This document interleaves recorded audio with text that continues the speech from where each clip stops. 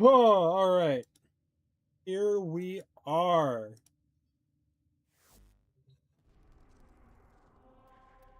We are back again. Tell your friends. We are only, I think, like, what, like 5 days out from Tennocon now? It's on the 11th, right? Yeah, we're only like 5-ish days out. So I am personally quite excited.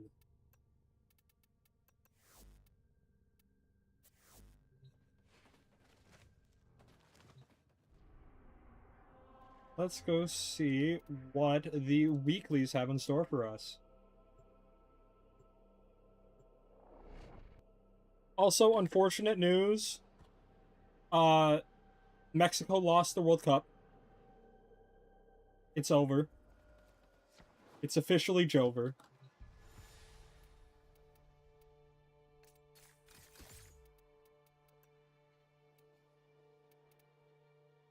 Kit Gun, so that's free. Kit Gun, Paris, and Magistar. Alright. Actually, I have good ones of those.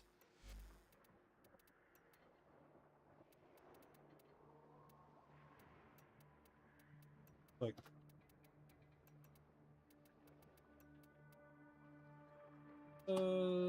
let's just take the classic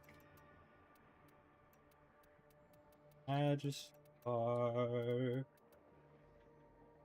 Everyone loves the Magistar. Ain't that right?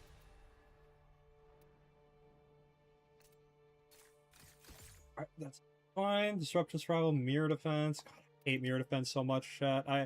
If I could delete any game mode from the game, it would be defense, because it just takes so fucking long.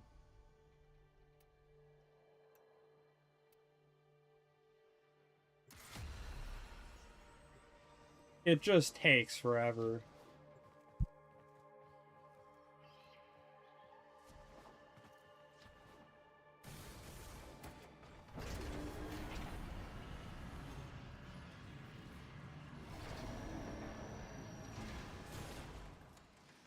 Something that I've always kind of wished for in this game that I think would improve it a lot is just making enemy attacks more clear and, like, extant. I think that that is one of the biggest problems with this game, is that enemy attacks are often so unreadable that there's just no point in interacting with them on an individual basis, and that you are much rather, how do I put this?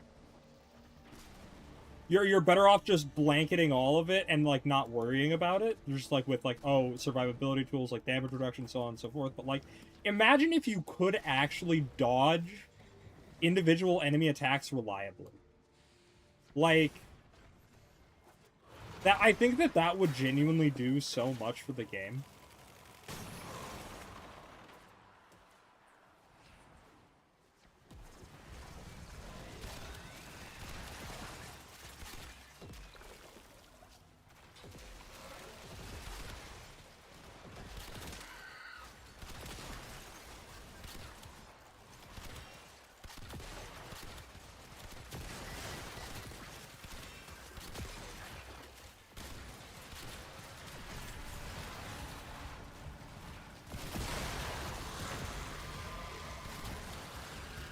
Yeah, Paris and Carnon do this.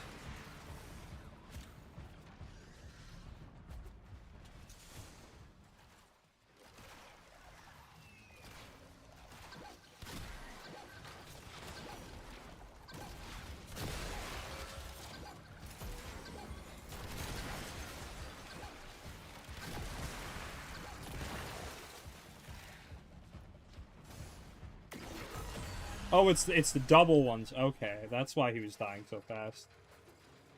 All right. God, I really just do not read, do I? I have a reading issue, chat.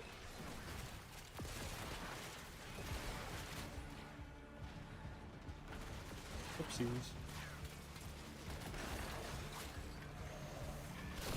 Also, the one thing I really don't like about bow and Carnons is that you do have to fully charge them to get the shot off. Like, there's no tap fire, which does bother me just a little bit.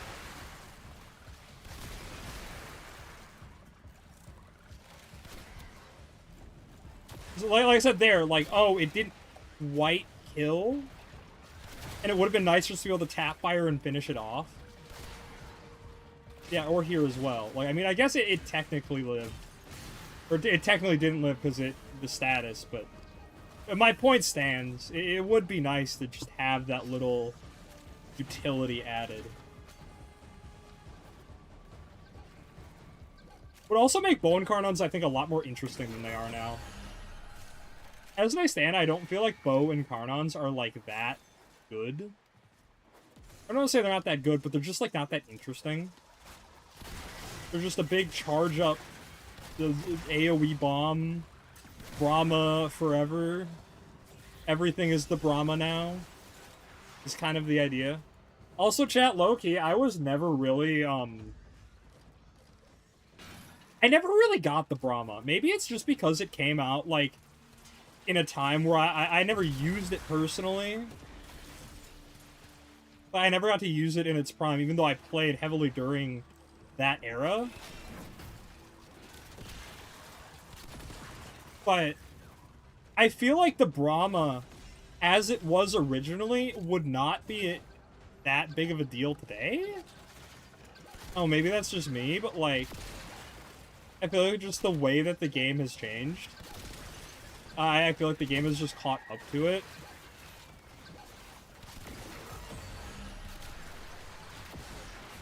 Yeah, that's one thing I like about something like Yu-Gi-Oh! Where, oh, there may be tools that are, like, broken but interesting at one point, or like, oh, maybe they're too strong for the game now, but they will come back later and they will be playable at that point. I've always found that to be, like, just kind of an interesting design piece to that game. And I kind of wish it would come back.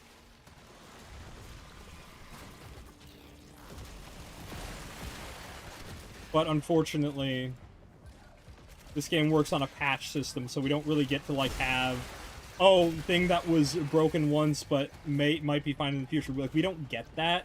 Where it's like, oh, if it's broken, it gets nerfed forever, you know? And we never really get to play with it in an environment that could facilitate it.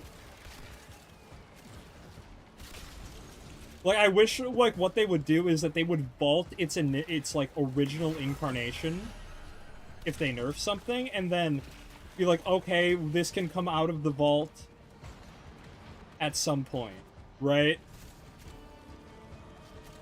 And then just, like, let us play with, like, a nerf version.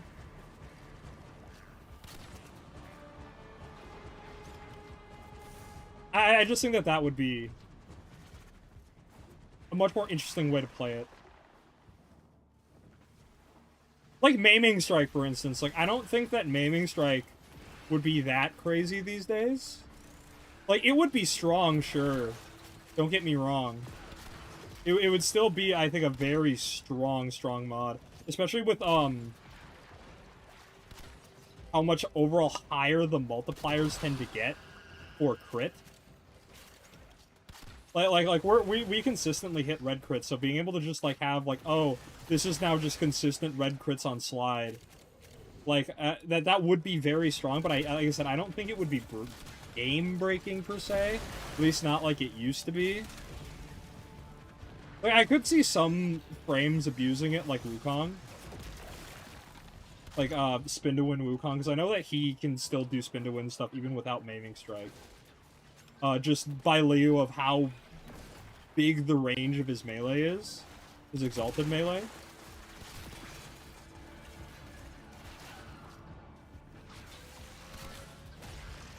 But overall, like I said, I don't know if it would be something that would be that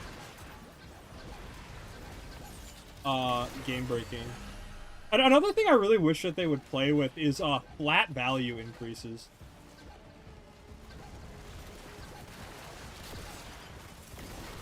We obviously have it for Archon Shards, which is cool, and we also have it for the Reach stat as well.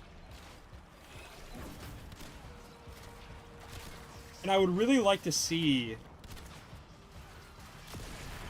how that goes overall.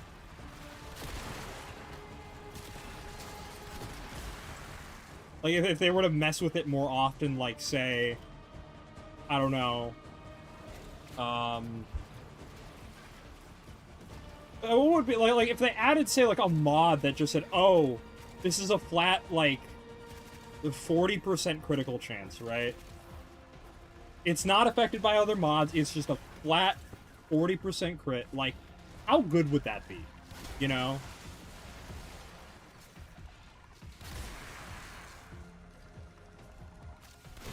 Maybe if it feels a little weak, maybe give a secondary passive effect, like, I don't know, just like reload or mag size or just something like that. Or the same goes for status chance, you know? Like, a way to give crit or status to something that might not otherwise be able to get, like, any real amount of it from the regular mods. I think that could be interesting. One example for this, I mean, obviously this isn't applicable these days, but, the Stug, when that was, passing around, the original Stug, one of its biggest problems was that it couldn't get status no matter what you did to it. But if they introduced something that increases stats by a flat amount, that would actually make it a lot more, would have made it, like, at least a little bit more usable as far as damage goes, because then you could at least get Corrosive Viral on it and have that working for you. Like, would it have been, like, meta-defining for this dog? I don't think so, but it would have made it not feel like the worst gun in the game, like, pre-Incarnon. Because I do think that, like, even though the Stug is obviously usable now, I do think that the Stug in its base form is a really good benchmark for, like, how a weapon can be bad and how it can be fixed.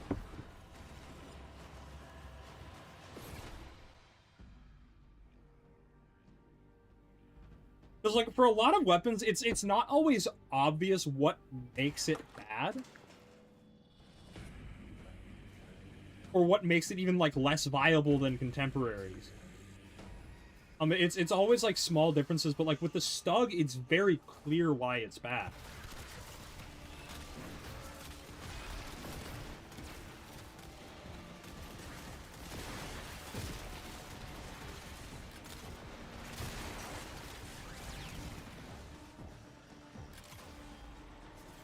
Like, I can't really think of any weapons off the top of my head that are, like, this is definitively, like, a bad weapon in its current state. And is, like, unusably so. Like, I legit cannot think of a weapon that's, like, not intentionally bad, like the Furax, right? Like, the Furax is obviously kind of an intentionally bad, or rather, like the MK1 weapons. Like, those are intentionally designed to not be good into the late game and are just there as options for early game players to get a feel for, you know, how different weapons work and, like, the types of weapons, which is really good. I'm very much a fan of the MK1 weapons, and in fact, I kind of wish that they had more of them.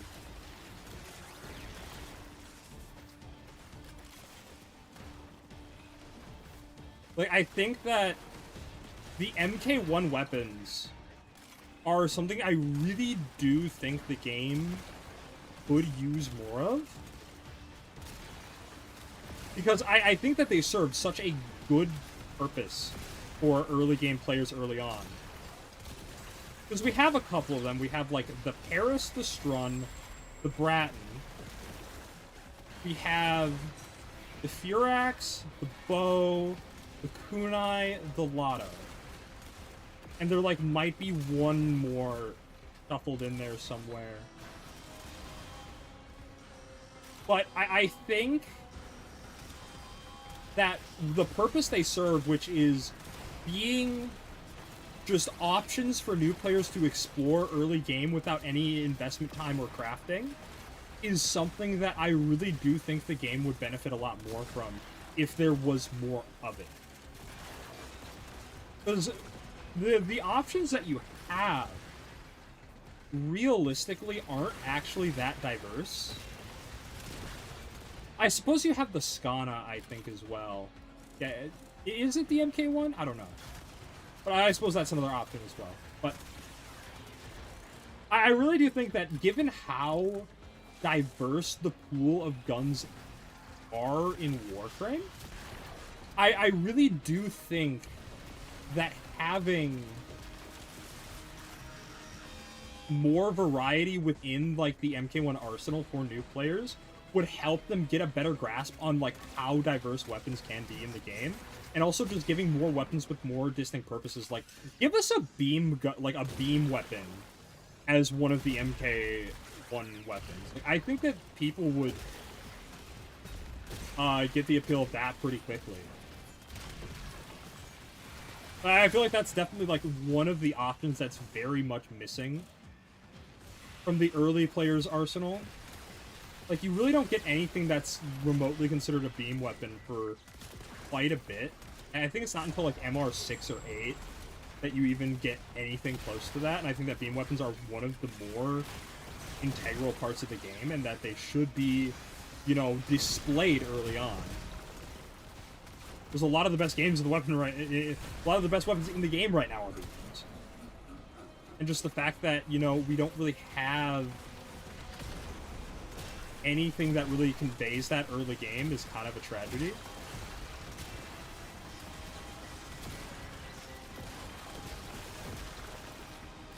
Also, another thing that I think I would really like to see more of in the early game is, I think, just generally reworking the starter frames to be a little bit better would be nice. Like, not to say that the starter frames are bad, but I don't think that they are frames that new players naturally get a lot of value out of, other than just being, oh, throw on health and shields and just try not to die with your frame, right? Like, Volt gets some usage. Volt is the one that I think is mostly fine, but I think that Mag and especially Excalibur, are kind of just bland for new players. Like, Mag is too complicated. Excalibur is too boring. If I'm being frank, I really don't think that Excalibur gets a lot of his fun stuff until much, much later, when he can properly abuse his sword. It's one of the reasons why you see Volt with such high usage, because it's actually, like, a pretty good frame out the gate, and you see him picked most often. But like, there's a couple abilities within their kits that I just think could use a lot more. Well, just anything. Like, Volt's 1 is, I think, just so weak. Even with, like, augments. I really feel like that Warframe abilities are just like, oh, Fireball of some flavor could really use some sort of buff to them. Because, like, I do think the idea of, like, oh, shooting a raw elemental is cool, and having that be, like, an alternative to gunplay is, I think, really neat. But you don't really actually get alternatives to gunplay in the starting kits much, outside of, like, Bolt's 4 and, like, kind of Excalibur's 4, I would say. And most new players aren't really going to get Mag too well. There's, like, a lot of, like, what really can be utilized by her is not available until late game, again. So I really do think that Mag might need just something, if anything, just to make her a little bit more appealing early. Give her more of a kick. Like, I don't know, make Pull have some sort of, like, damage scaling at all. I think that would be a great place to start. Or make Bolt's Shock just kind of do anything at all outside of being an augment food. Because, like, yes, it does damage in the early game, but I really do think that these abilities should have, like, any kind of scaling at all attached to them. I just think that they lack critical pieces that make them worthwhile abilities outside of, like, the early planets. Because even once you start getting into, like late star chart, those abilities start to really fall off and just not really do that much damage. Especially against, like, Grineer, who have armor and they're just going to shrug off Volt's 1.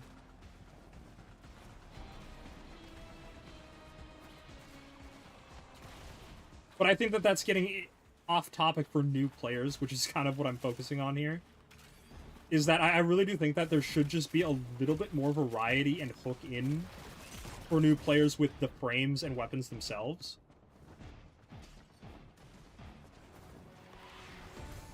Because, personally speaking, I think that bows are not really that interesting. I know a lot of people tend to gravitate towards them, and they'll go around and they'll fully charge a bow and they'll line up a headshot. And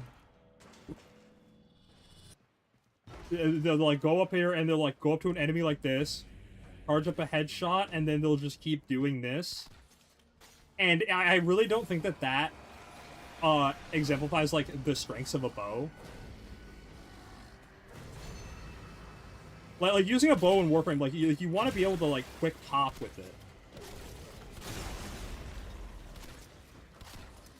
Like being able to quick fire is important, and is what can make a bow good. Like I said, introduce a beam weapon. Hell, give them an AoE weapon, just like a little explosive launcher as a secondary or something, or give them a beam MK1, just something that's more diverse than what they currently have. Because it feels like a lot of the weapons they get early on feel very single target heavy and don't really lean into being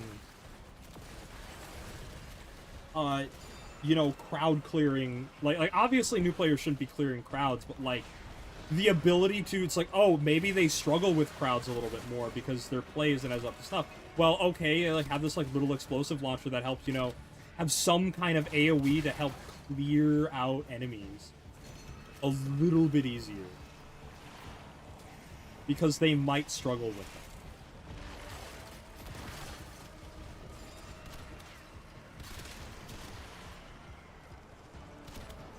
it. Again, especially because abilities might not be up to snuff, like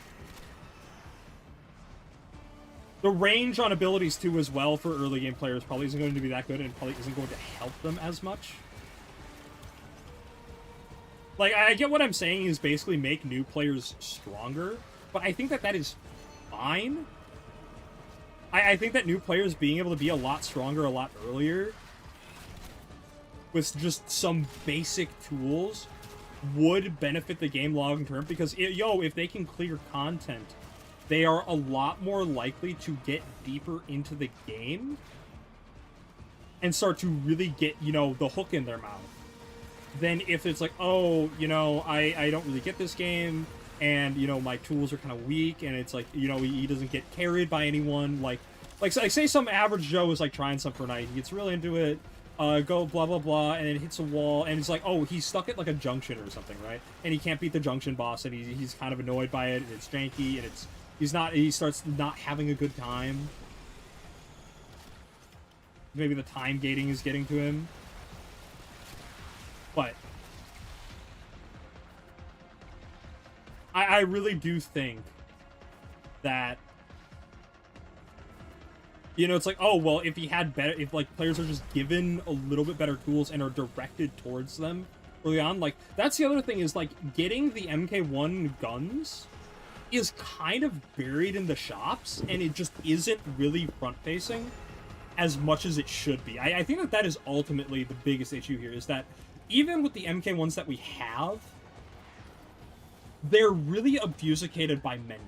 And I think that that's probably the biggest issue. So, like, maybe just make the MK1s more visible early on. Like, maybe just make it part of a quest is to go get an MK1 gun from the shop or something. Like, that's your job. You have to just go get one. And it's like, oh, well, then they can explore which ones they want. I don't know. I just really feel like the game needs more for new players. Like, they've definitely gotten a lot better. Like, they give up, like, we gave them the Thorn back, which is, I think, such a good thing to be given. Because the Thornback is, like, kind of like one of the quest weapons they get with, like, actual stats that they can properly just abuse and invest in and, like, have some moderate return in the later game. Because I think one of my biggest issues with new player progression is that new players aren't given weapons they can invest in enough early on. Because, like, all of the early game primes are, like, locked behind, like, much higher MR than they really need to be. Like, the Bratton and the Lex. Like, I remember when the Lex was, like, MR 2 or something. And, like, that was such a good weapon to give to new players. Because it was so reliable for so long. And now you just... And now by the time that the Lex is useful, it's like, oh, you're not going to be using it until you get, like, the Incarn on me. So that's something I think that they could really improve on. Personally.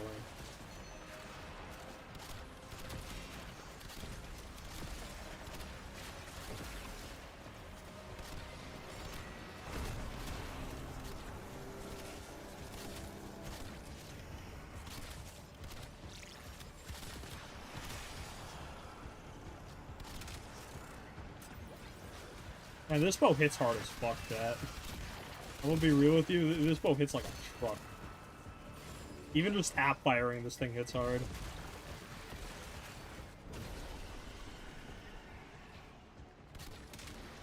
Like, 1,000,000 raw damage from, like, a primary gun, that's pretty fucking good. That's really good. Yes, we are almost done.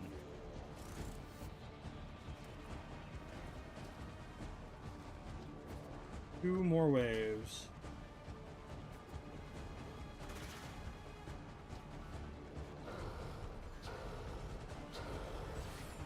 Maybe, yeah, just 2 waves.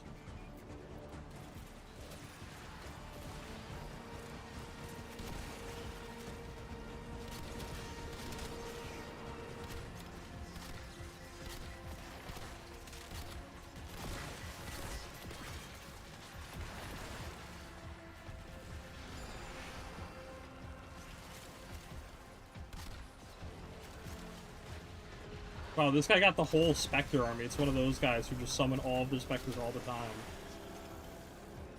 Got a pocket army waiting for him.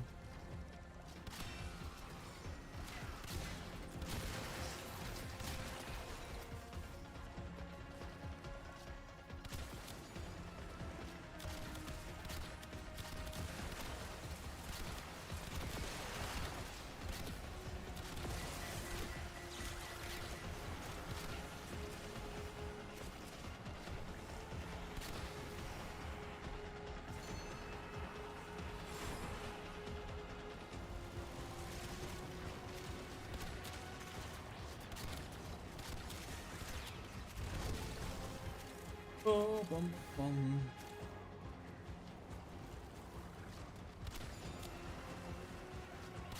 I remember back in the day, well before, like, New War and all that stuff started coming out, like, back when, like, sorties were like, the thing to do, and like that was just what you did was your sortie every day. That was the talk of the town. I remember bow-only sorties were kind of the bane of people's existence, but I had found out crossbows counted as bows, and for a little while I was just like, I know the secret. I have the sauce, and it was the Attica. And I'd use the Attica for quite some time just because it was a bow that felt like a regular gun and was way less clunky. Back then we didn't have, like, such nuclear warframe abilities.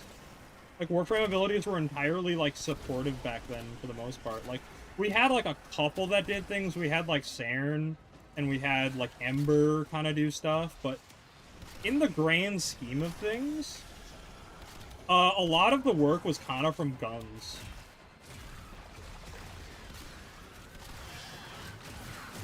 Like, that is very interesting that I feel like we've made this gradual shift from guns being the primary damage dealer to it being Warframe abilities now. Like, every new Warframe is, like, pretty self-sufficient and can deal damage and can mostly, like, carry DPS with just the abilities alone.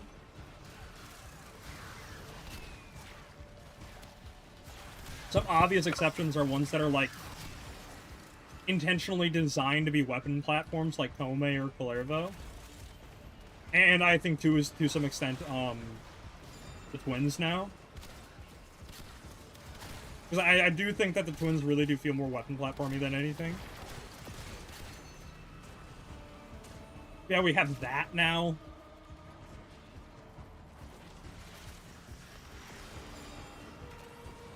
Like, Uriel, for example, he can just carry DPS without his guns, like, hardly at all. Like, he obviously uses them a little bit, but it's just more a means to an end, where most of his DPS is coming from his 4, just nuking the entire map. Which has no line of sight for some fucking reason, by the way. Even though Sirius needs line of sight.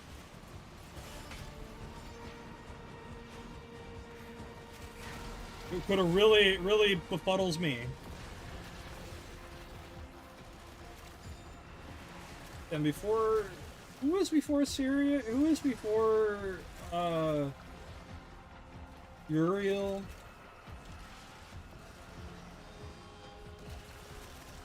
Dad, who was before Uriel? Is that Araxia?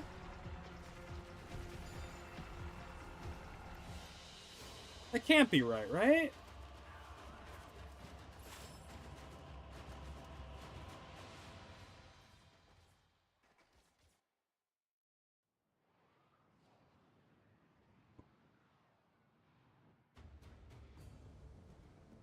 Oh no, you're right. Oh right, there's Noko in between. That's what I'm forgetting.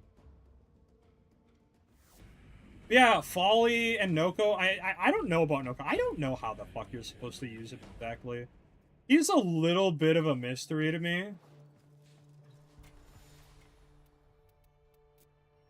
He's been kind of a weird one. I'm pretty sure he's good, but to what extent and how, I do not know. Anyways, where is... Jade?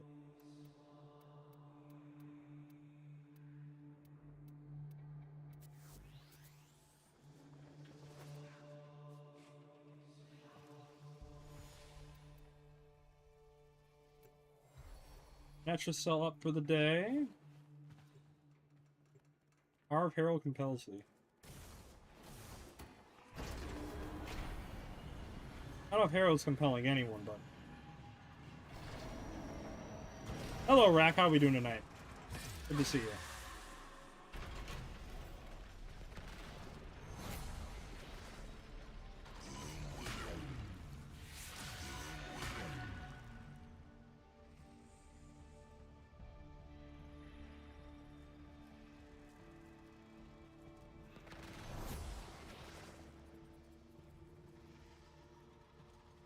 Energy while we wait for a quad. Why is my face open, chat? Yes, I am getting my reset done. Why? Is that... Is that normal? That's not normal, is it?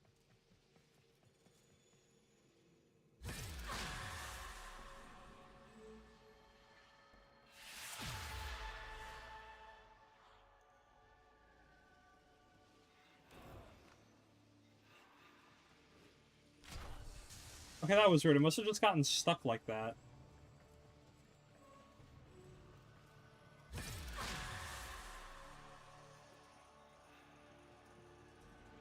Wait for one more.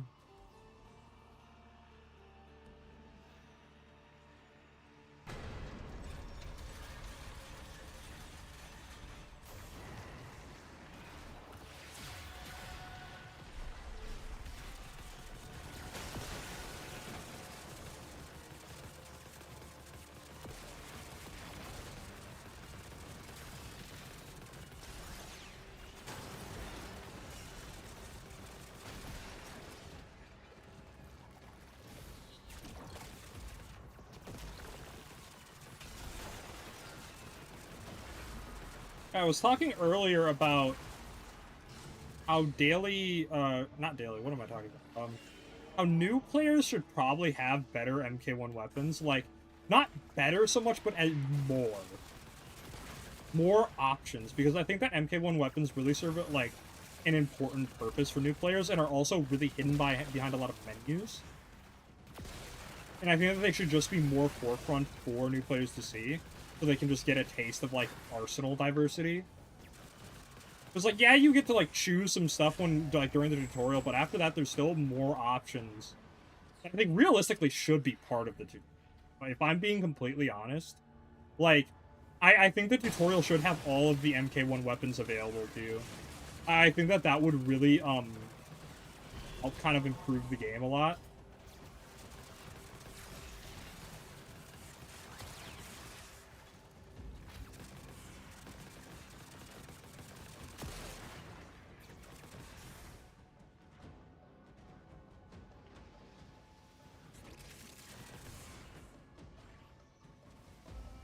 No, it's about showcasing the diversity of the game to new players, because, like, as it stands, with, like, just what they're given in the tutorial, like, it really doesn't showcase how vast the arsenal of Warframe is. And I think that at least giving them all of the MK1 weapons available at the start would help a lot with that. Because all of the MK1 weapons are, like, roughly of similar power level, more or less.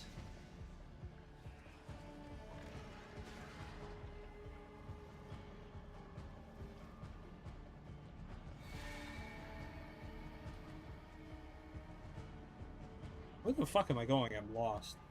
What is with the waypoint?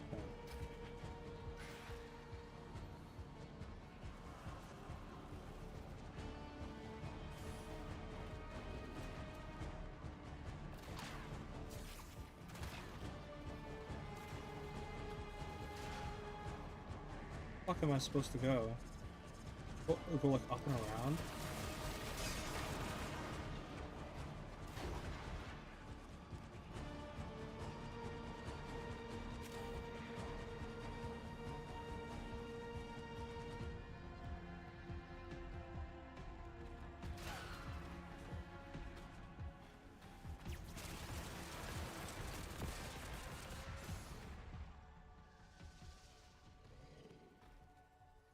Yeah, the MK1 Strun was really nice. I loved the Strun. I think it's one of my favorite weapons in the game. And it's super cool that you get, like, the MK1 version to, like, give to new players. And it's a solid weapon, too. But, like, what I was saying is, like, oh, like, maybe give, like, an MK1 beam gun or something, you know? Like, I think that we would benefit a lot from that.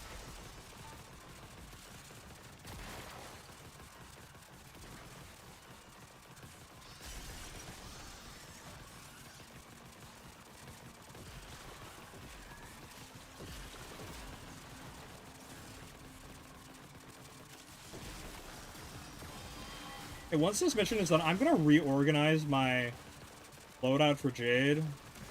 Because I want to move the subsume over her 1 instead of her 3. Because I really like being able to revive people with her 3 a lot.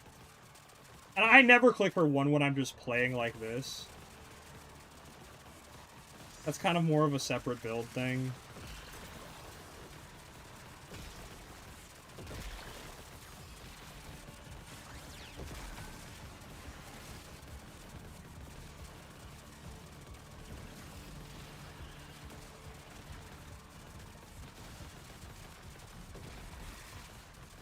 Yeah, I like being able to have, like, the stare of shame on Jade when reviving someone.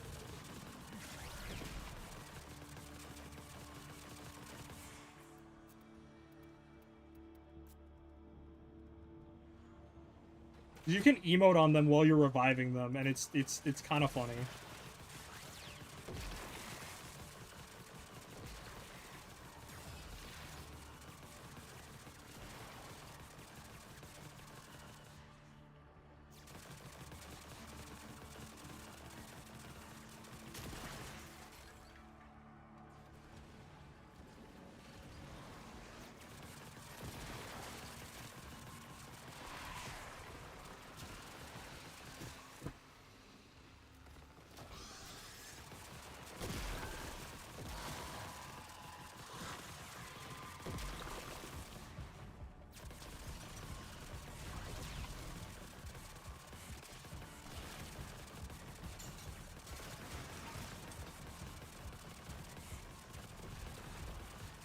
Crazy we got an augment for Dante, and it's really whatever. Also, I've been trying the new Kome augment, and it's like, it's honestly not bad.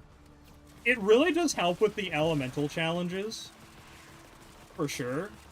Because it basically just turns her one into, like, a mini clear. Like, it's not a very wide range, but it does a good job of, like, cleaning out enemies by itself, and it will get a bunch of statuses for doing so. So it's really great for those, the Kree challenges where it's like, oh, kill however many enemies with, like, toxin status or something. So I don't have to rely solely on the Hystrix to help with that. I firmly believe that the Hystrix is really, really imperative to running Kome. I feel like you kind of can't leave home without it unless you really, like, bend your arsenal over to make it work. I just wish the Hystrix gimmick was on a different weapon, because, like, the gimmick itself is really, really strong. It's just tied to a gun that's, like, kind of annoying to use with how fast it shoots and how much you have to reload it. Like it really is like a mag dump weapon. More than anything. And that's kind of a shame.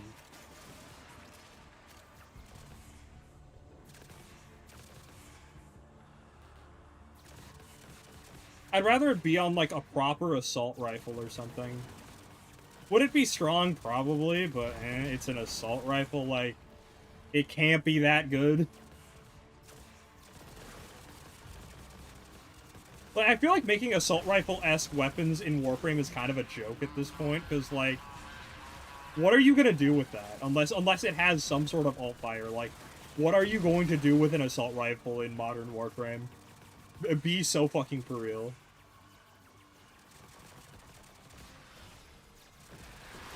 Like, unless that assault rifle is one-tapping enemies per bullet, which I don't think there is a single assault rifle that can, then I feel like it's just not really worth it to use them. Like, you'd have to buff the hell out of assault rifles to really make use of them. Maybe there should be, like, arcanes exclusive to assault rifles. I think that would benefit a lot of guns. Like more, like, weapon-type exclusive arcanes. Like, fuck, give spear guns, like, an arcane or something. I don't fucking know. I'm not biased or anything.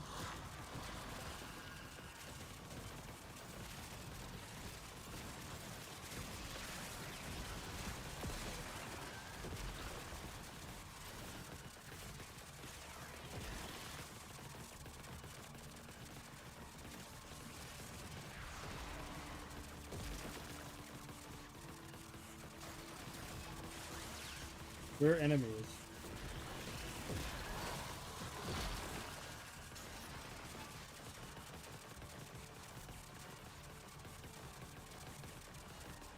There's like one guy left somewhere.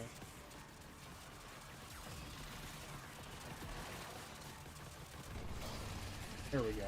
Got him.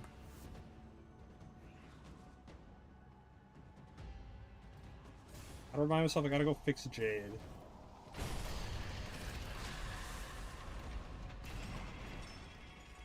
I really want the stare of shame. Also, I really need to, like, make a cool fashion for the Jade skin. Because we finally got a Jade skin. Like, it's not bad, but it doesn't really work with my current fashion style, which I am really much a fan of, like, what I have going currently.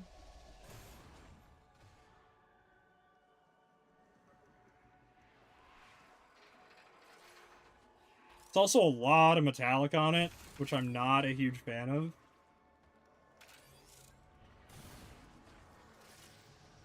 Like, the skin is nice, but it's just not quite what I want. Gotta wait for the Tennocon for that in Dante, because, like, again, Dante's Deluxe is cool and all, but it's just not for me. I really am a fan of his default model. Quite a bit. Maybe once he gets an Immortal skin, I'll have something.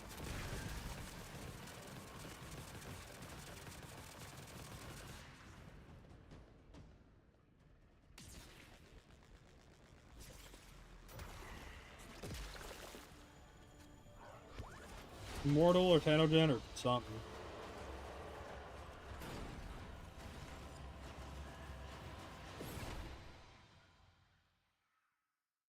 Hmm.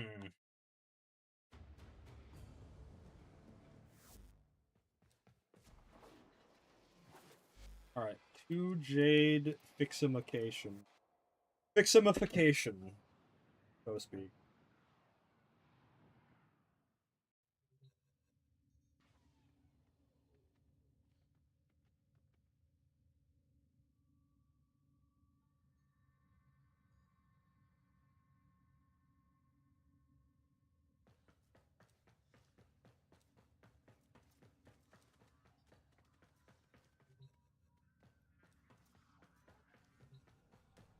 So what do you think of the next Warframe time is based on the Tennocon teaser? Uh, oh, it's gonna be a fucking Balatro for frame watch. It's gonna, so chat, alright, I'm gonna predict it right now. You can clip this. Clip this. It's gonna be a frame, and it's going to have a little gauge off in the corner. It's gonna have the Pablo circle, except it's going to be a hand of cards, right? And then casting is going to change the cards in your hand until you get like a pair of twos, and like that's gonna be part of your passive. And he's gonna be fucking Gambit. Like, I'm calling it now.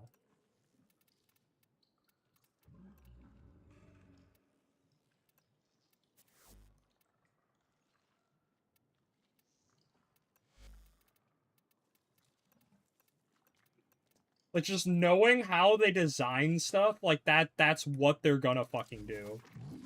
Bet my life on it.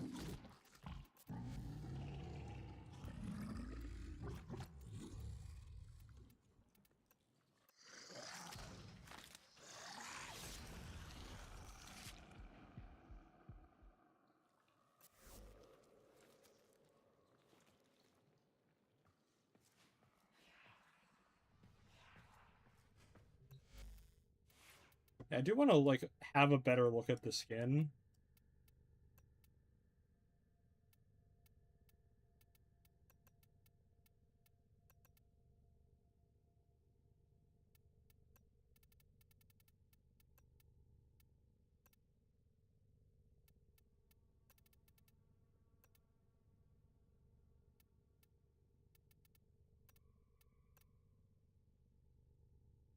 I also saw a theory based off the mask at the end, suggesting that, that's what Adis has become after Old Peace.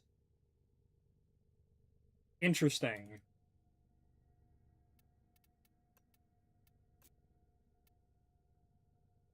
I'm also willing to bet that they're going to buff Limbo. That I genuinely do think that Limbo is going to get buffed. Like, I think that that's going to be the Tennocon. That's going to be a Tennocon reveal.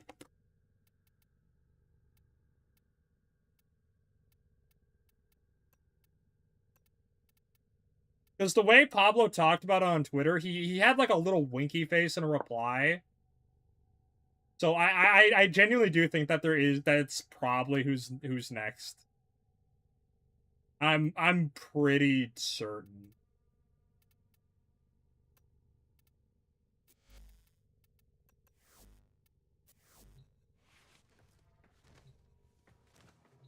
Like, color me shocked if that is not what happens.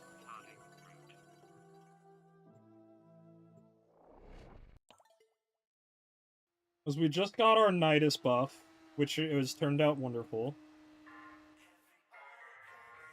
So it is remains to be seen. Because, like, they're at this point, it really feels like they're running out of options. Alright, ooh, Tigress, Tysus, and Doran. Interesting.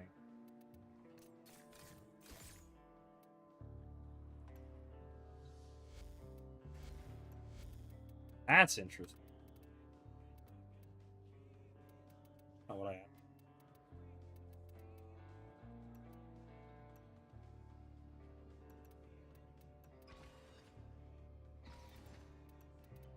I really wish you could skin the Tysus. God damn, is this thing ugly.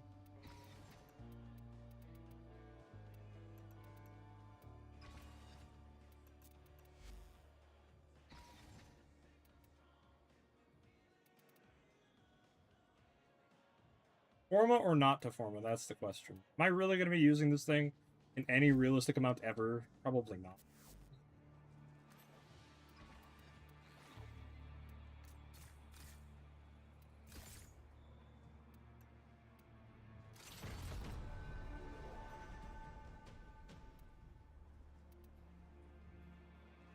Oh, so we just, like, don't have ammo. That is a concern. Maybe we bring, Mr. the Don of Tay.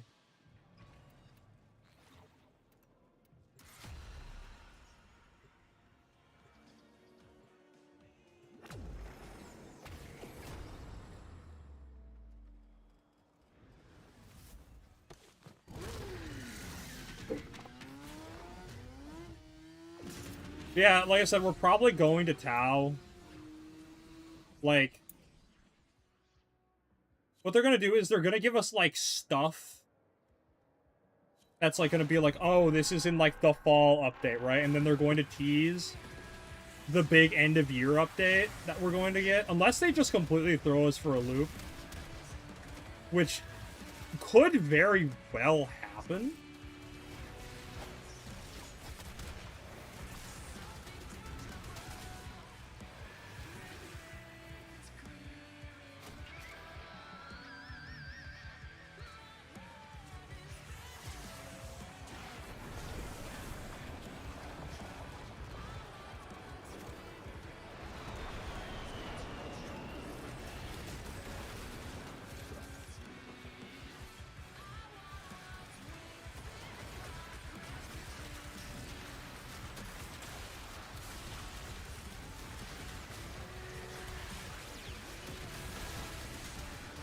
Give me your...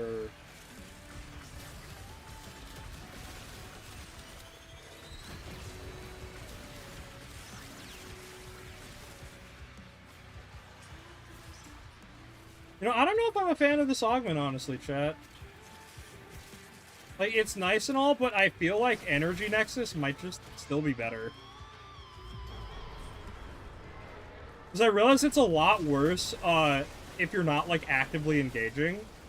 And in missions where, like, the enemy density is a lot sparser.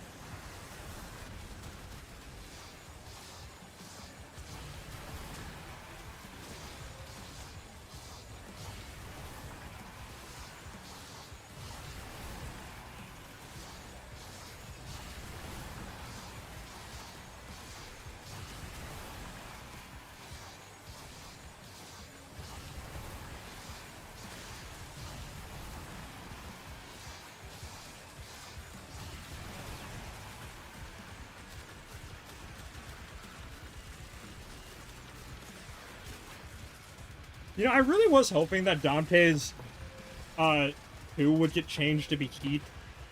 I feel like that would be so much cooler than Slash, and would also just be better by a lot. But I suppose he can't have everything, considering he is already, like, one of the better frames in the game. If not, like, top 3, I would argue.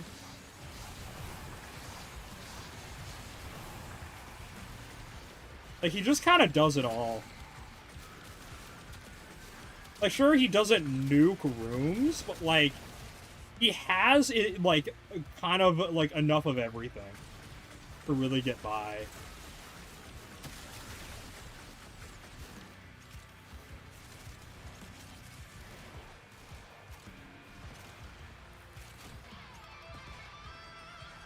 Why is he attaching to me?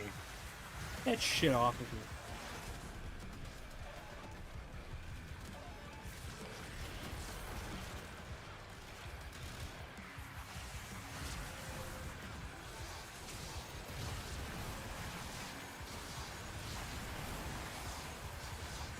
Yeah, Tennocon is the 11th, right?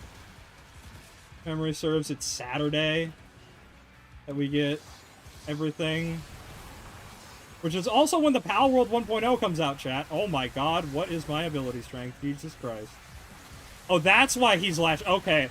Alright, chat. My apologies. Nidus, my apologies, Nidus. I wasn't familiar with your angle here.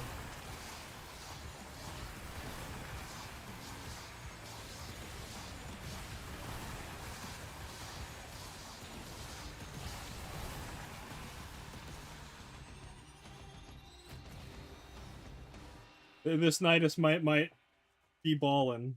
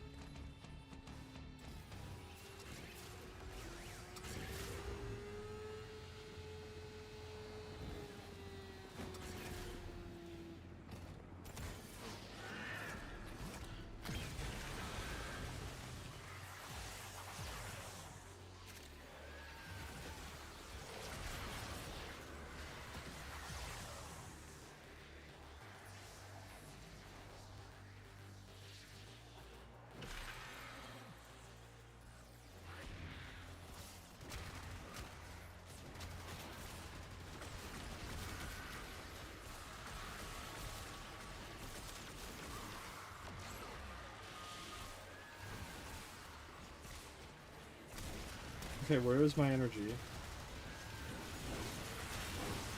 There we go. Found my energy, chat.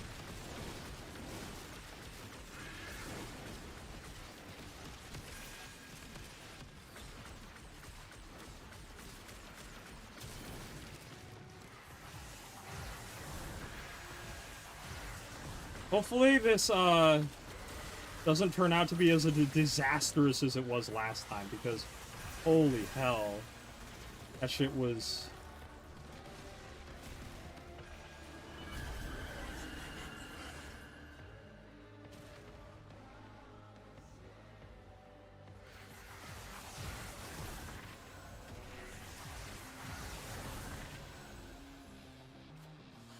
Where my homeboy at? Come on, give me that tentacle goop. Give me the slop, homeboy. Come on, slap it on me.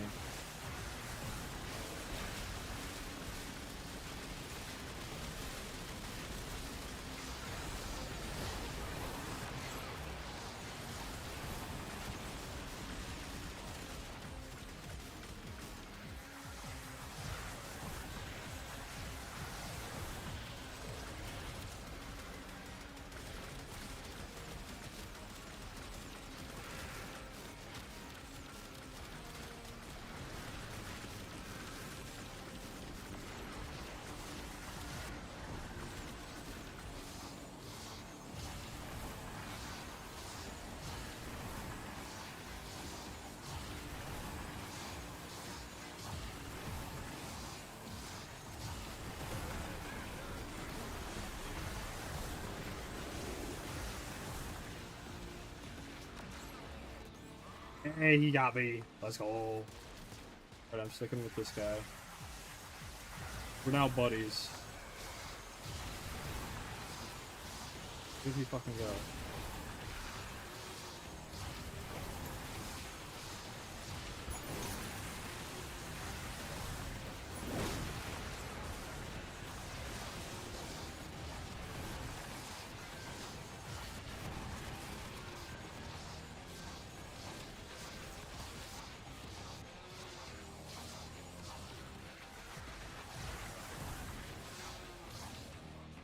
There he is. They schmooved.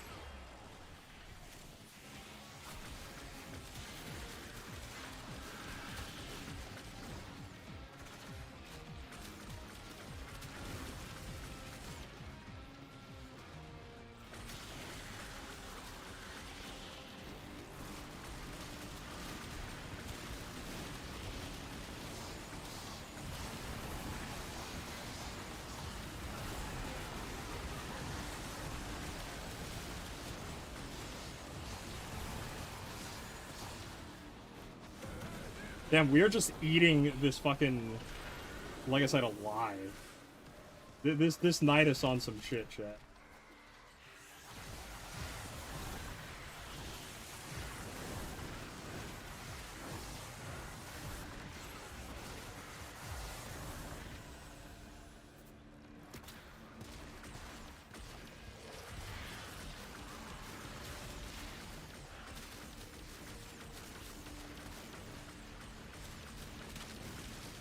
That guy was hard to kill.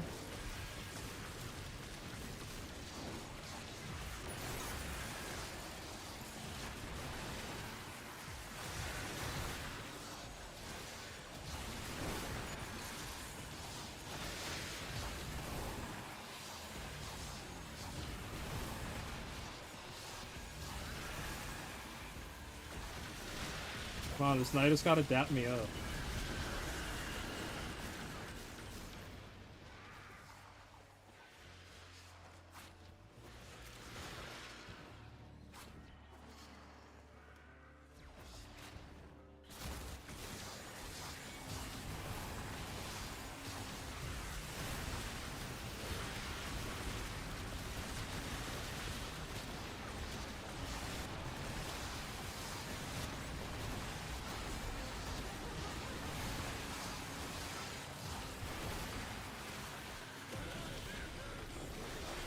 Damage taken 1%. Wow.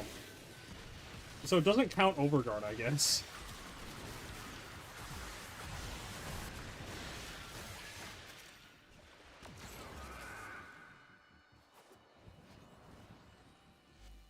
Oh, hey, it's just an exterminate. Oh, huzzah.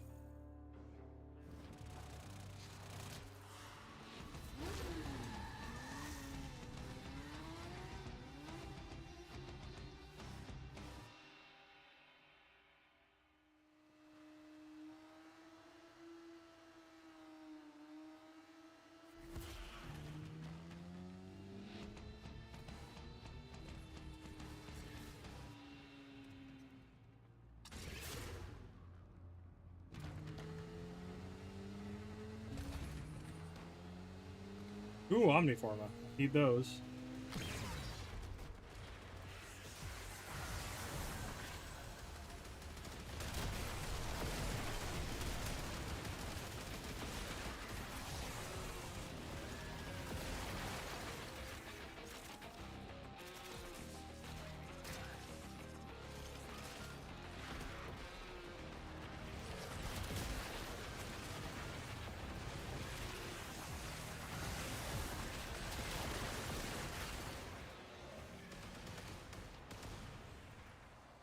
What if that increases with power strength?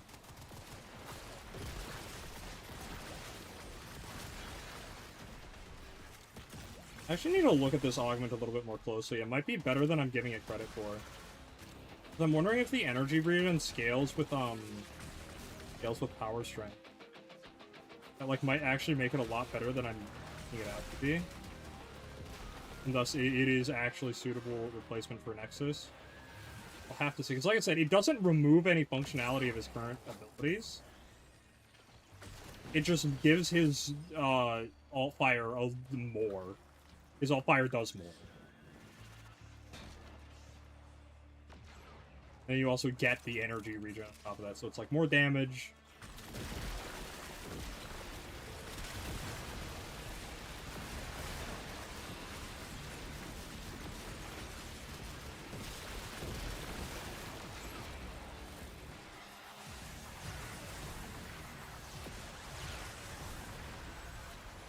More damage, more everything. It's like, if that gets hit by the alt-fire, like, that shit's going to die, you know? It is not living if it gets hit by all fire.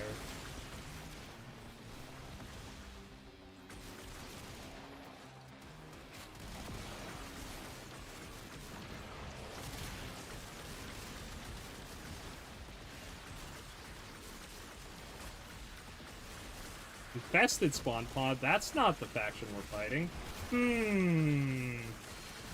Suspicious. Hashtag suspicious, chat. It says infested pods, yet we're fighting the tech rock. What does that mean?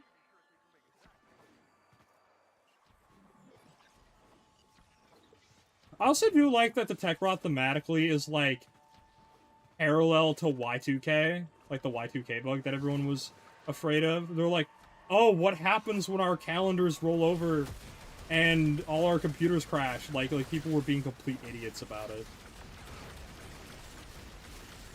Although real Y2K will happen. Because of the 32-bit integer limit. Like, that's not for quite some time, I don't think.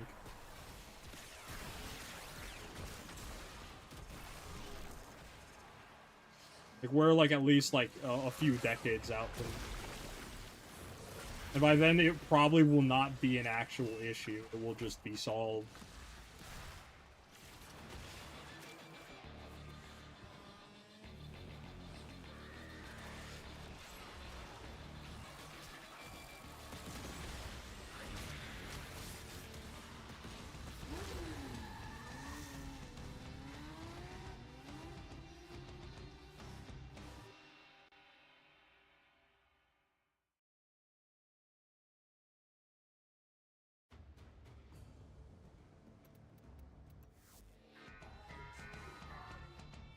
Topaz shard, nice. Alright, well, that was really fast, actually. Hey, we got that thing! Fuck yeah. That's really nice.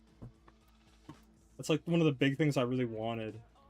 Also, this Ella Trian ephemera looks cool. Don't know what that's about. Belloq's conclusion? Right, it's that thing. Let's go see Descendia and see what's in the...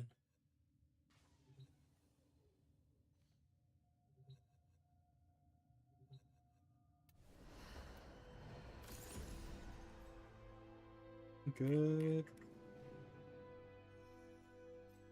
Catalyst. Reactor, I don't really need those. It's, You know what? Let's do an Archon hunt this week. I think we do need more red shards, so I wouldn't mind getting this out of the way. Oh yeah, I was gonna look at Dante's Augment.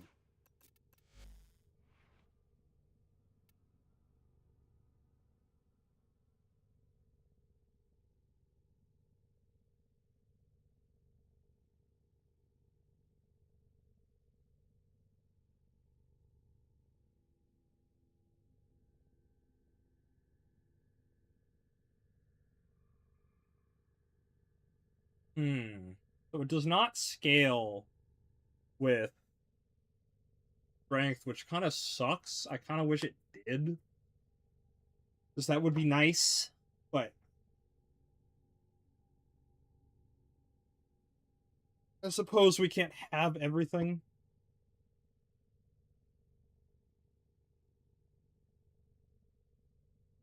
I mean, we already have such a good balance of stats here. Duration is 6-7, chat. 6-7. 6-7. You can't see it, but I'm doing the motion.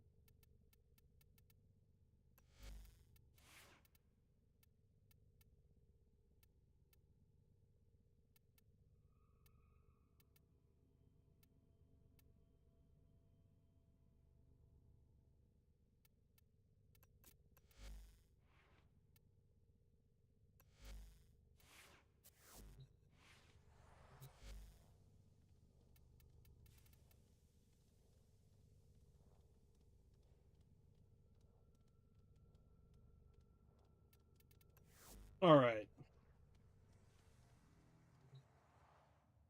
What do I even want to bring to an Archon hunt?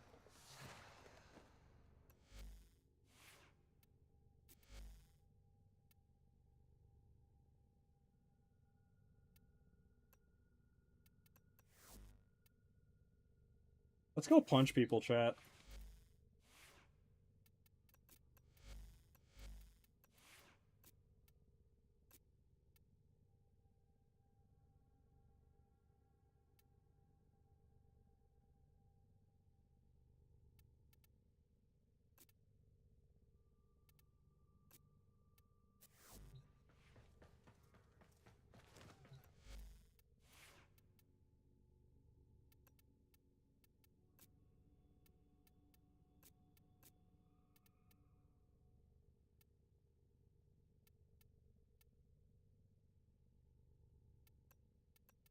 Why do I even have a real melee, chat? Let's be honest.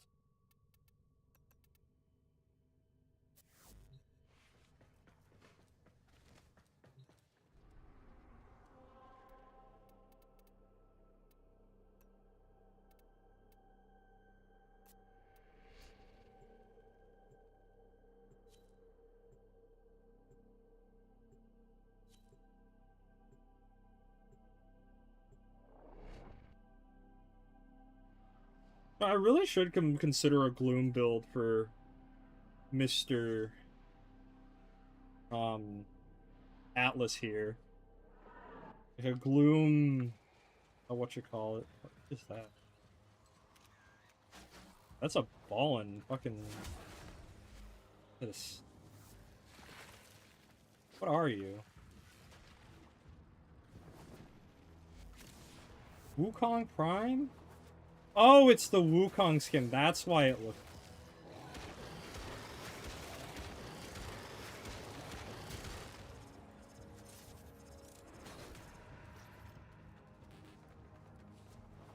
That's why it looks weird.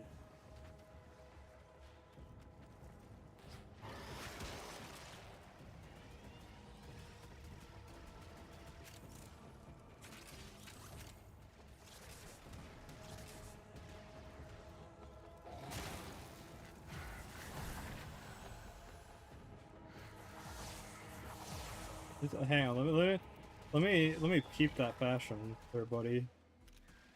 Oh damn, he got that shit on, chat. Chat, he got that shit on. Unfortunately. He rocking the J's.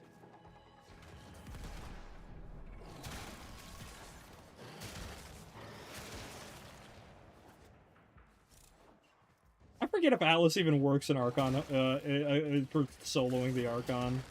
He might. Considering he is, you know, Atlas.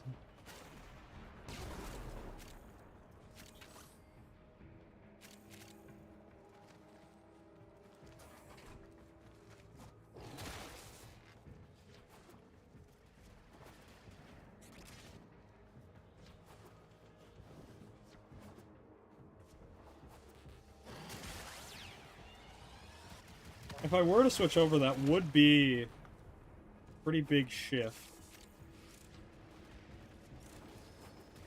I could get rid of healing return. Extra damage out of that.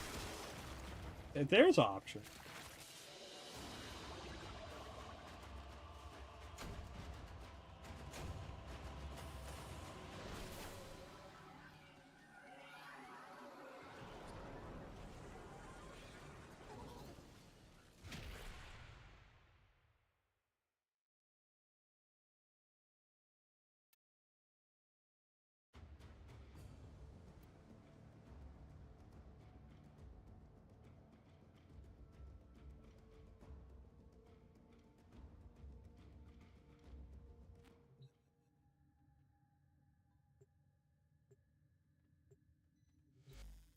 Get me out of here.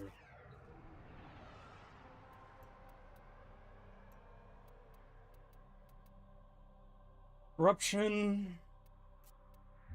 You know, let's actually look at the build. Why not? Let's fuck around a little bit. Find out, chat.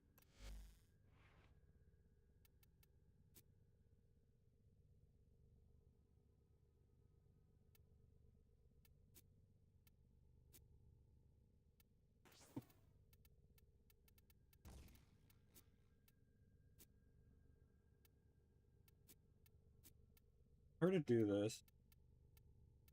Yeah. Swap out this for my shards, right?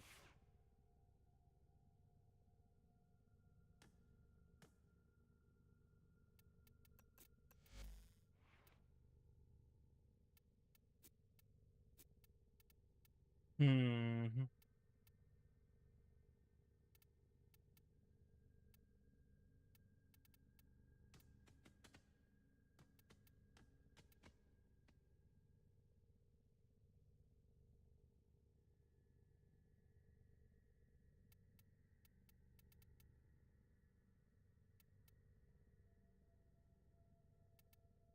Distance.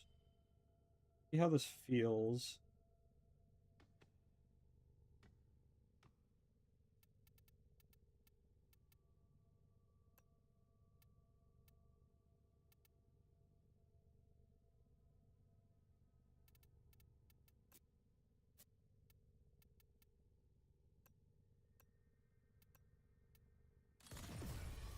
Listen here so I can have an option. Peak is a kind of dog.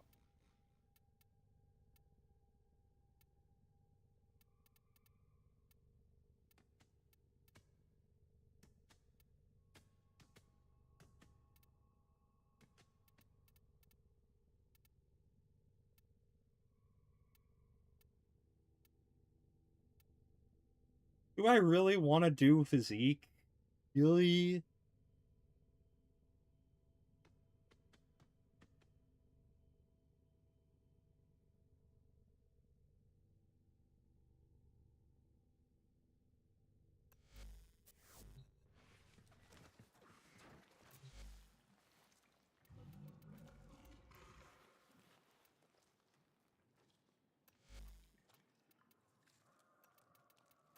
Oxides. God, oxides are so free.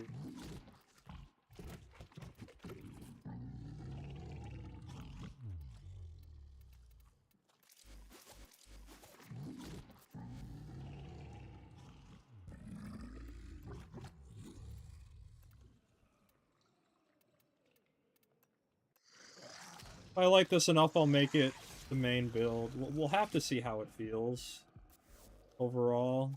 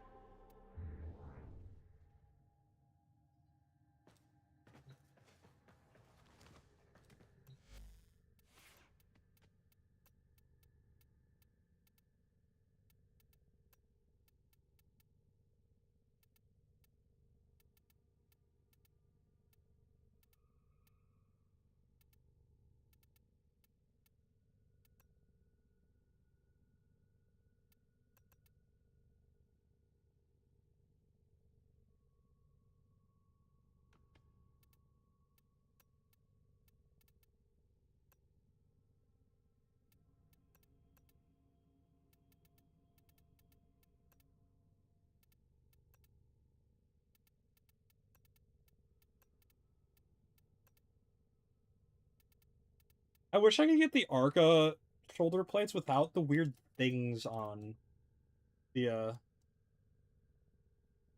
patch to them, you know?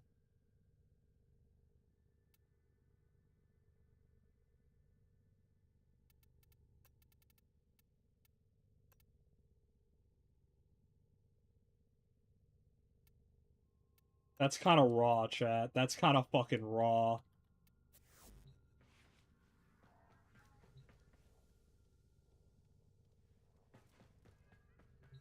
That's kind of raw as fuck.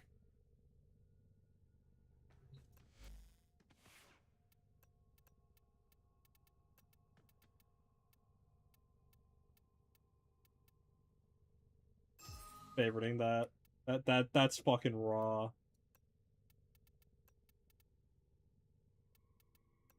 What else we got here?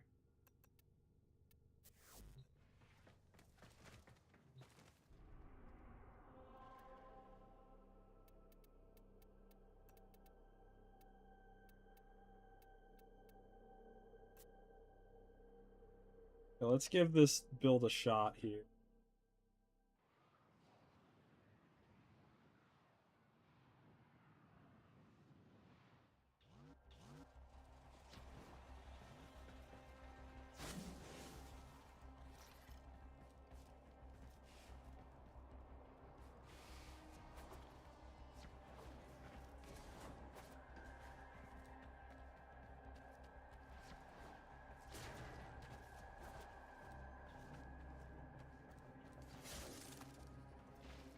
Choo-choo, motherfucker, where are they?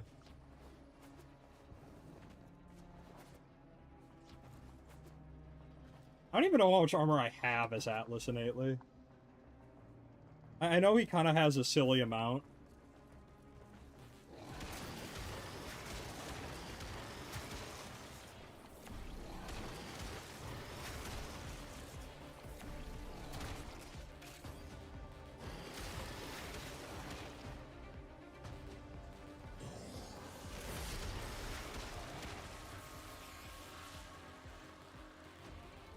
Okay, why can't I... Couldn't target anyone for a sec, and I was really, really scared and confused.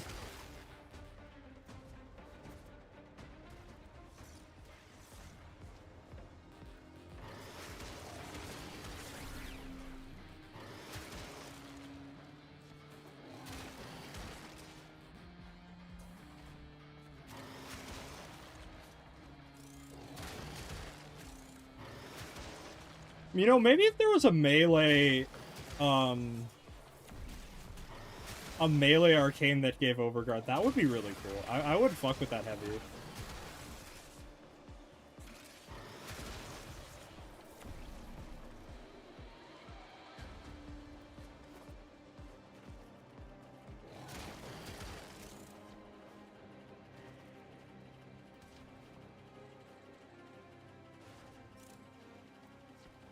Yeah, also on Sword and with this, I need to figure out how much armor Atlas has naturally to see if it's worth even keeping adaptation in the mix.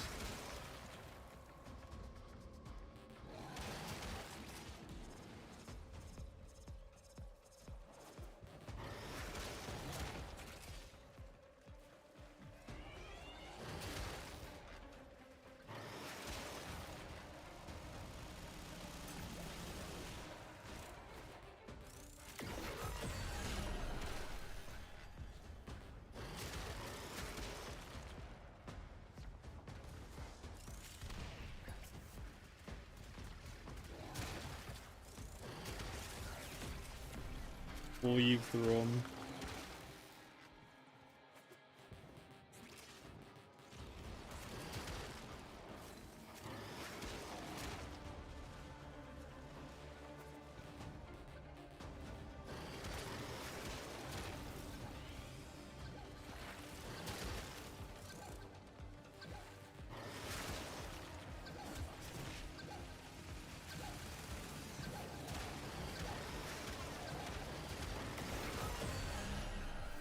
I'm better than you, Mesa. Get fucked. Hold this L, big dog.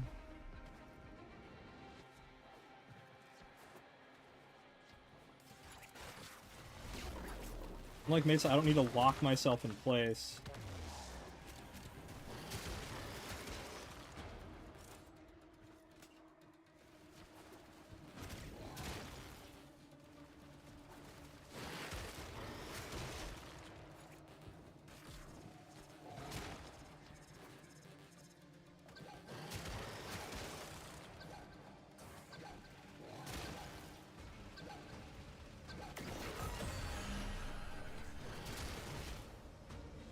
God damn, this gloom goes forever, dude.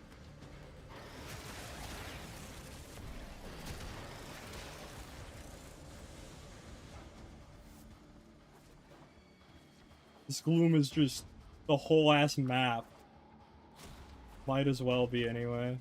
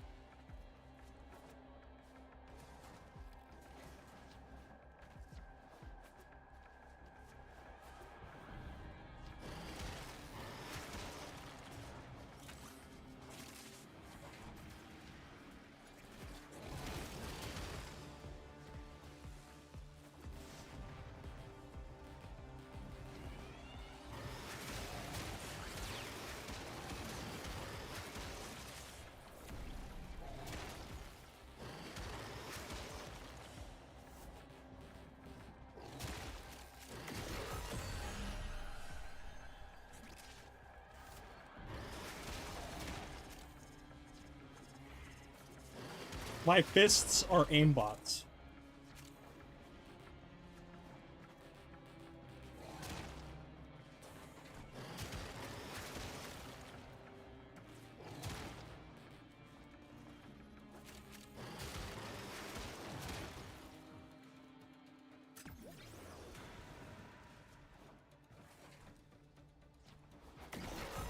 I said if I feel like if adaptation is unnecessary, which it probably will be, all things considered, I can scrap that and put on maybe like more power strength, like throw in like just like Augur Secrets or something. Maybe get mileage out of that.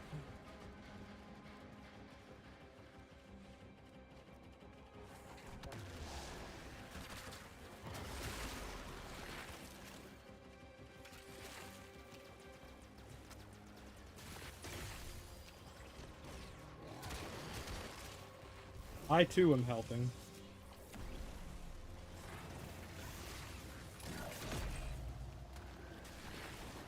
Where is it? Where is it? Where is it?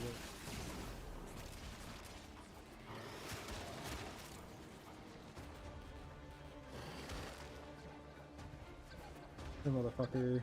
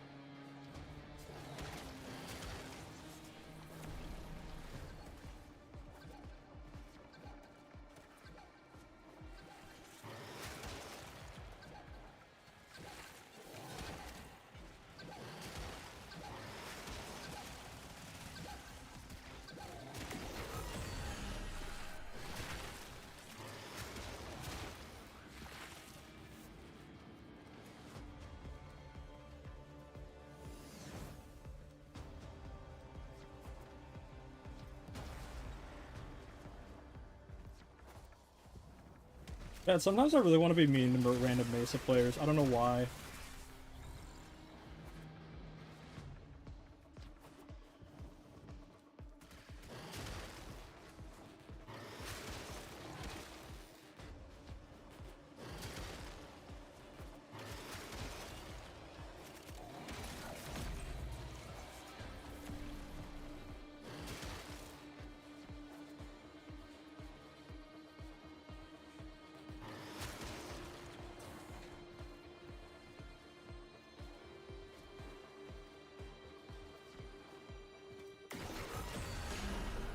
Huzzah, we did it.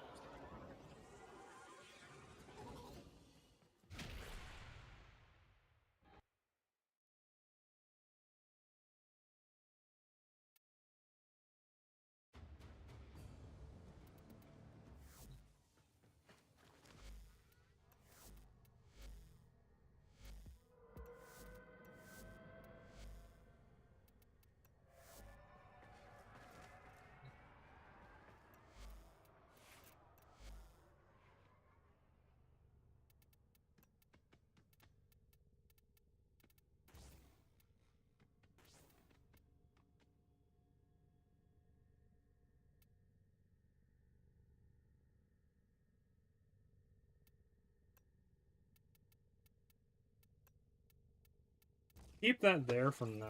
Oh, yeah, that's...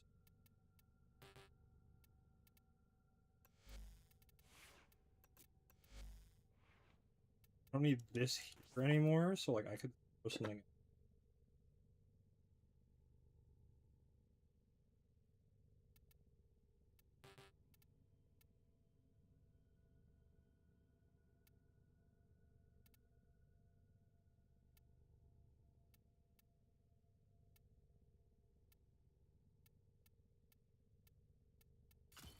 At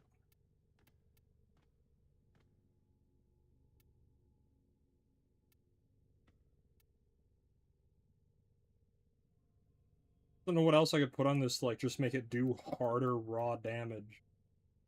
Other than, like, a fucking shocking touch, but, like, that's whatever.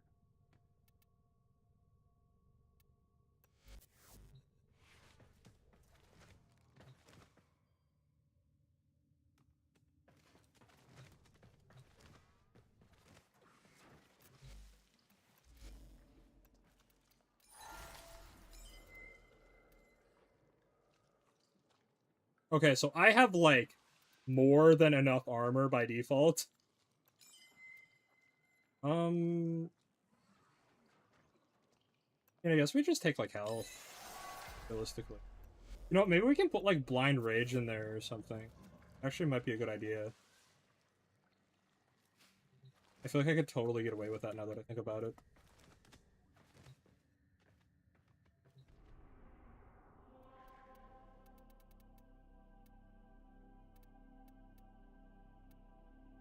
That'll give me a huge power strength.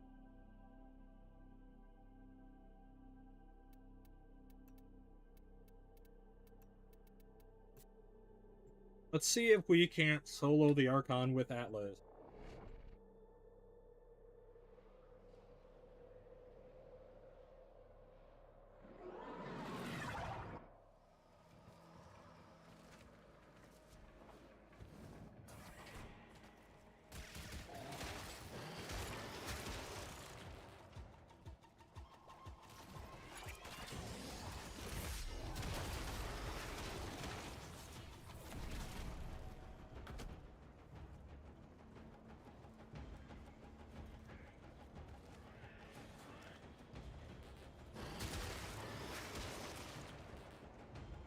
I feel like, in theory, we could just, like, abandon efficiency almost entirely.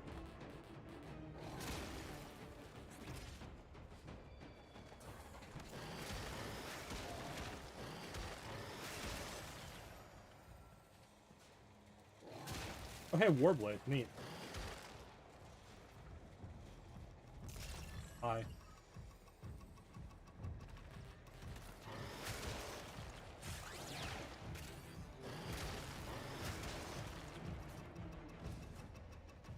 I'm definitely feeling that higher status train. Oh! I hit the enemy and it flashed to white. We got flashbanged into fucking Skyrim.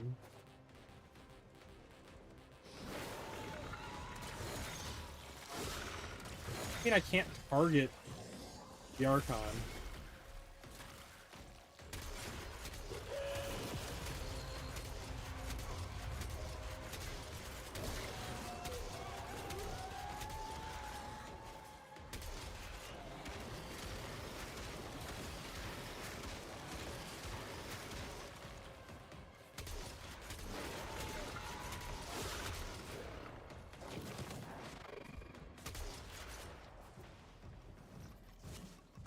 Oh, damn, I guess I can't target Archons, which is kind of fucking annoying, actually. Oh, I don't like that.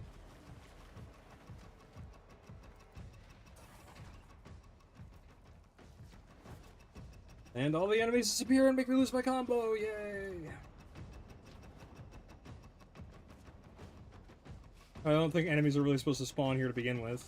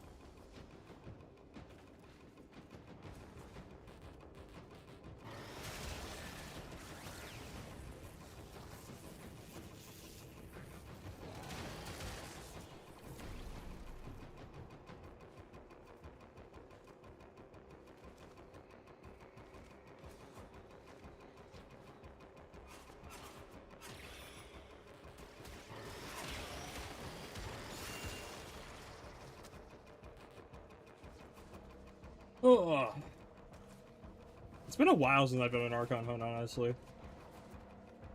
I'm still kind of annoyed that Atlas can't target the Archon. Like, what's the point, man? No?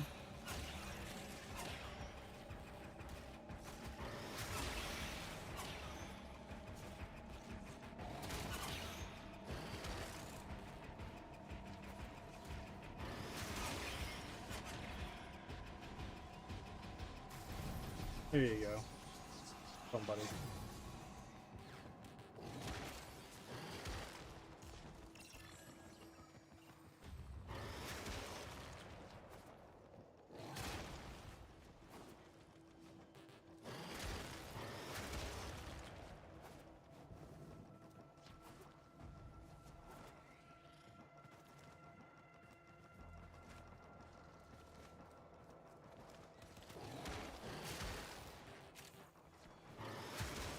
You know, it does bother me that Atlas doesn't have higher base health. Like, I feel like he really should.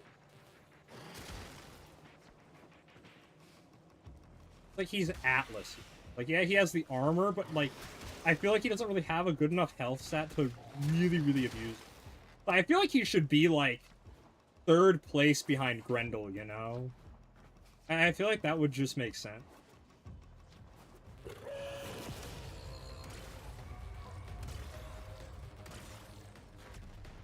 Mr. Dagger.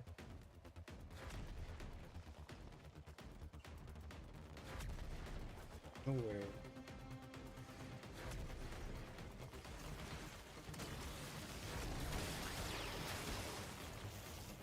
Oh, that solves it.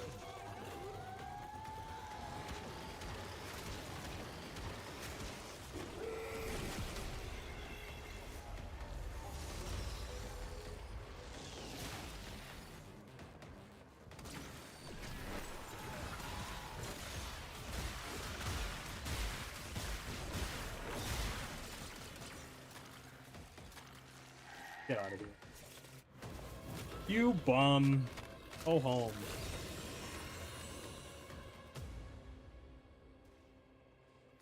Yeah, I really do think I can get away with, Blind Rage. Considering that, like, energy is just so free. Because I'm using a whatchamacallit? A persistence build, so I don't have shields, and I just get energy forever. That's the other nice thing about giving persistence to Warframes that don't have it, is just, it frees up their energy economy so much. Really nice. Nice, so you really don't have to care about it at all. Atlas is max rank. Means we're gonna have to format him twice at P.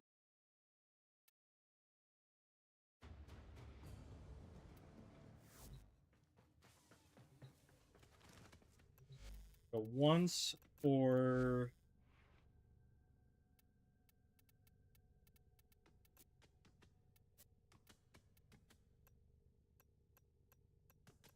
this. I just go for the 3rd Umbral.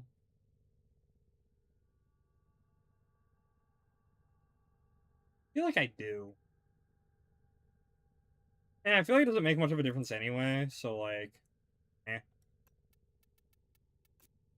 I feel like it's the same amount of format either way. So like, why not?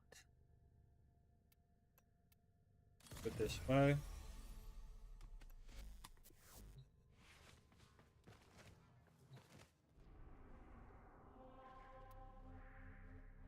Off to the void.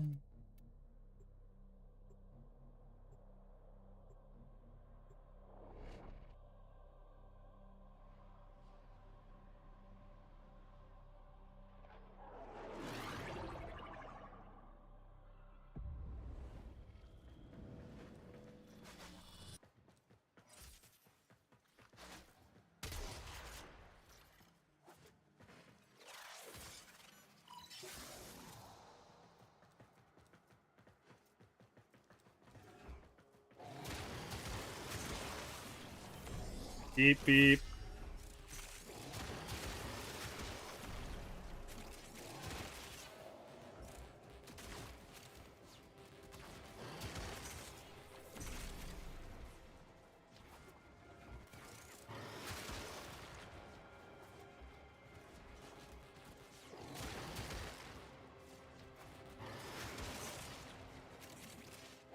Choo choo.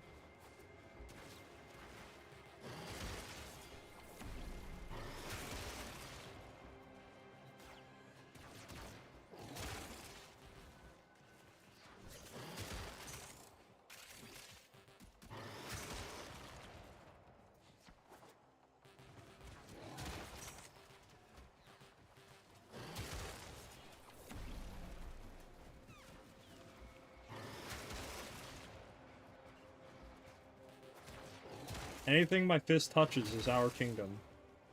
Simba. What is that gun-shaped place over there? No, you must never go there.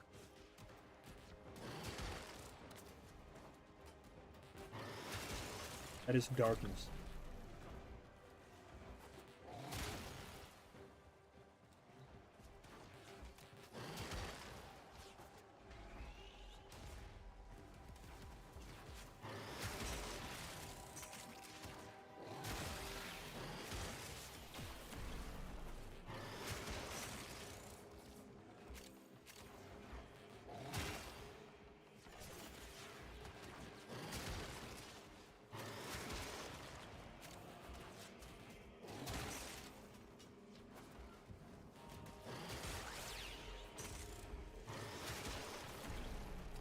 Come on, drop more life support, you bums. Killing you guys at a good rate.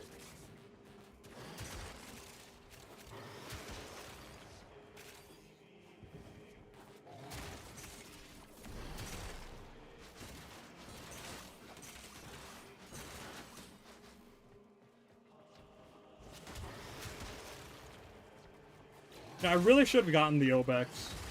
It wasn't until after the rotation happened that I saw a clip on Twitter that made it actually look really interesting. It was from, like, the Japanese Warframe.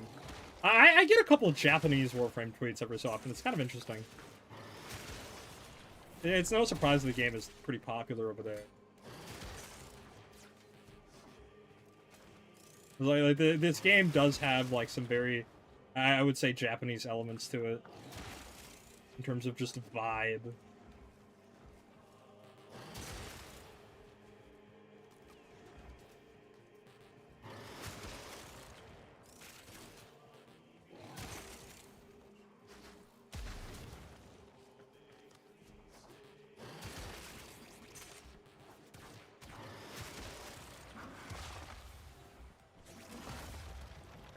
I don't even know what you're supposed to be doing with that, I'm gonna be honest with you, Keith. Is that supposed to deal actual damage, or is that just because it's funny?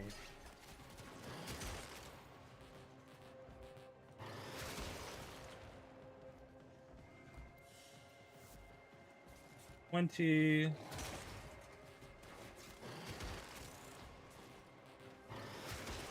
Really is the fastest way to just burn through level ups.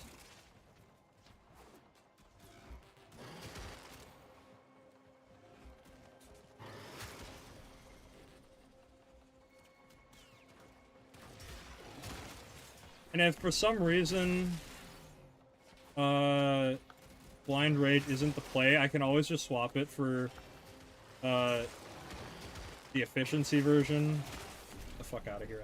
Go home. Bum.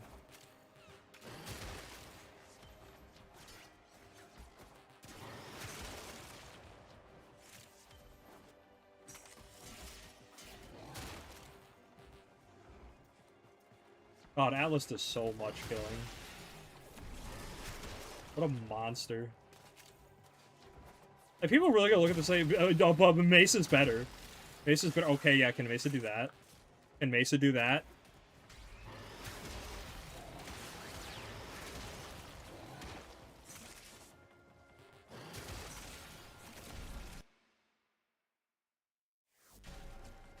You know, this is kind of like a weird, I don't know, topic,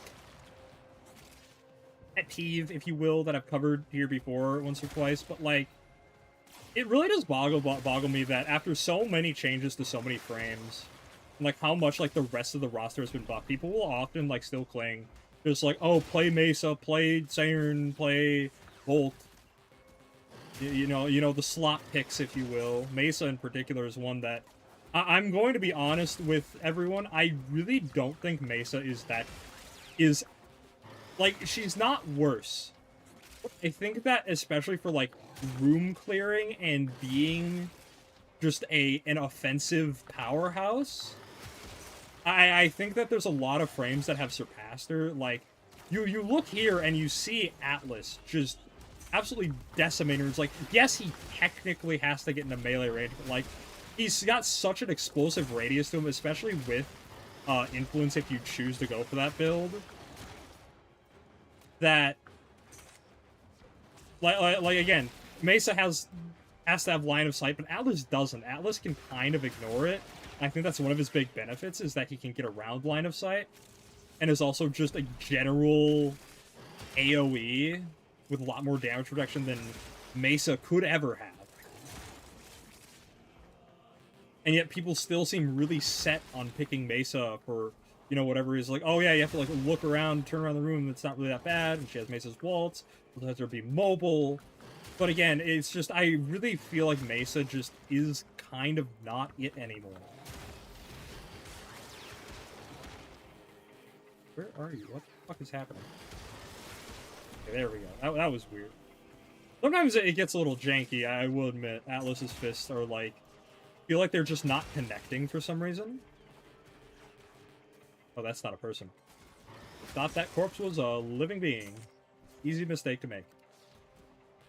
But overall, I really do think that a lot of frames that have especially been buffed, like I said, by the Exalted buff, just kind of overshadow Mesa now. Like, even if we discount Atlas, even if we look at something like Gara, for instance, I think Gara in particular is absolutely phenomenal. Not only do they have insane just damage projection with their one is such a giant sweeping nuclear bomb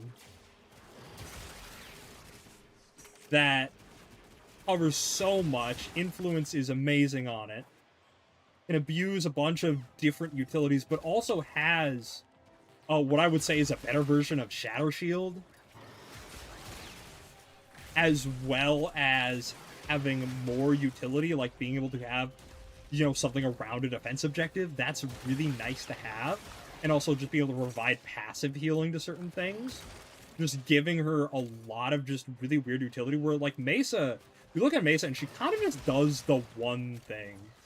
Like, obviously she's probably going to be the best at single target, but as far as like general gameplay goes, I really do feel like Mesa has long since been outclassed, and I'm tired of pretending that she hasn't been.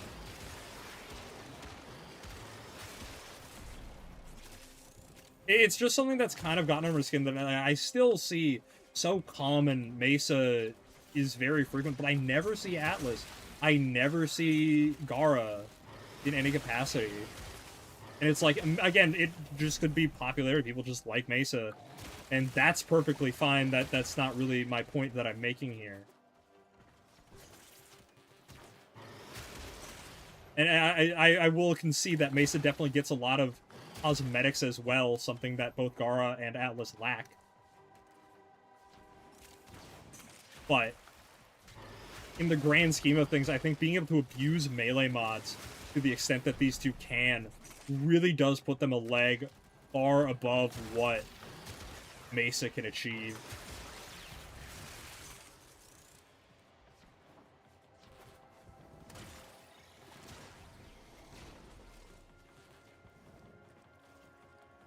But I digress.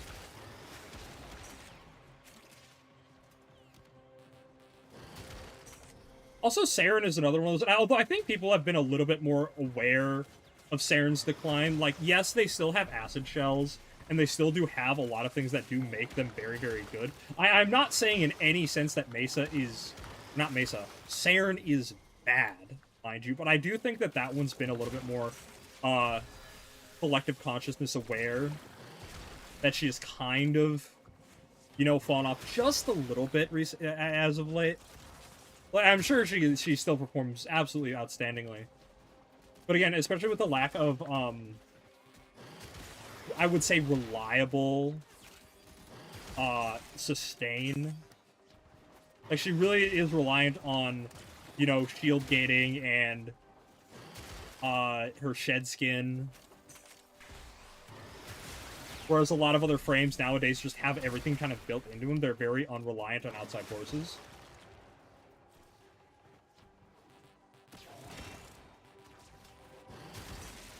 But I think that people are aware that Sarah's fault, especially because, like, in theory, she is very good. But the problem is that she kind of sabotages herself pretty frequently with the fact that her spores often start killing at a rate that forces them into decline. In that they are killing too quickly and can't propagate after a certain stage.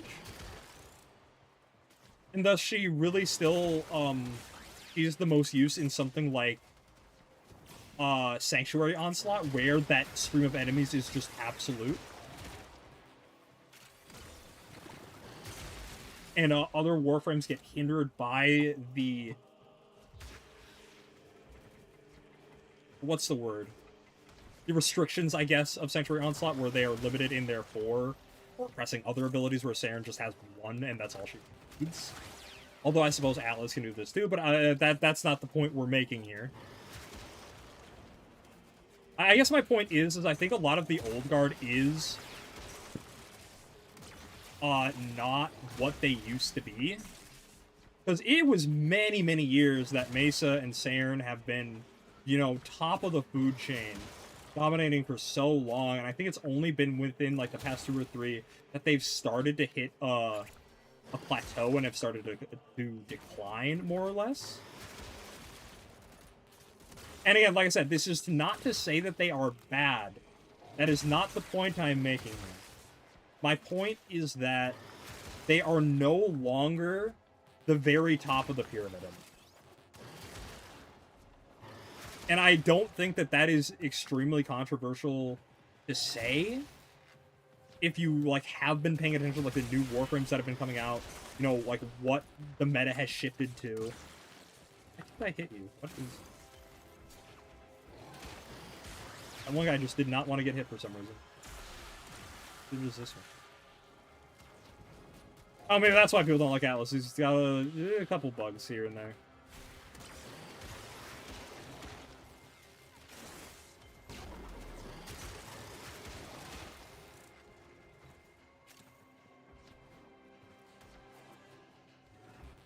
But back to my, I guess my working statement. But yeah, they're not top of the food chain anymore. I would say that over time, I think other warframes that are, like, more modernized will start to make more frequent appearances, especially in pubs. As well, like, I think that Dante is especially one that's going to really start to be seeing pervasiveness the longer we go. Hildren is one that I think a lot of people have recognized. That one people are aware of, that she has gotten really, really good. It took people a while to catch on, because nothing particular changed about Hildren as of late. It's just something that people kind of started to become collectively aware of. And I think people will start to become more aware of that with frames like Atlas, like Gara, and how dominant in terms of DPS that they can be.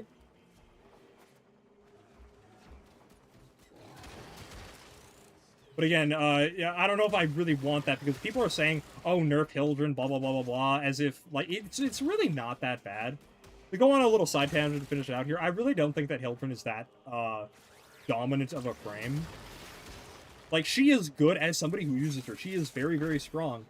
But I don't think that she is so all-encompassing that they would ever nerf her. I feel like that would be really weird to do so. But only time will tell. Like I said, Pablo is aware of the issue. He said, oh, it flirts with the idea. So, I don't know. We'll see what time has in Surfers. Also, that right there was an example of why Atlas is just so disgusting. When he hits influence, hits.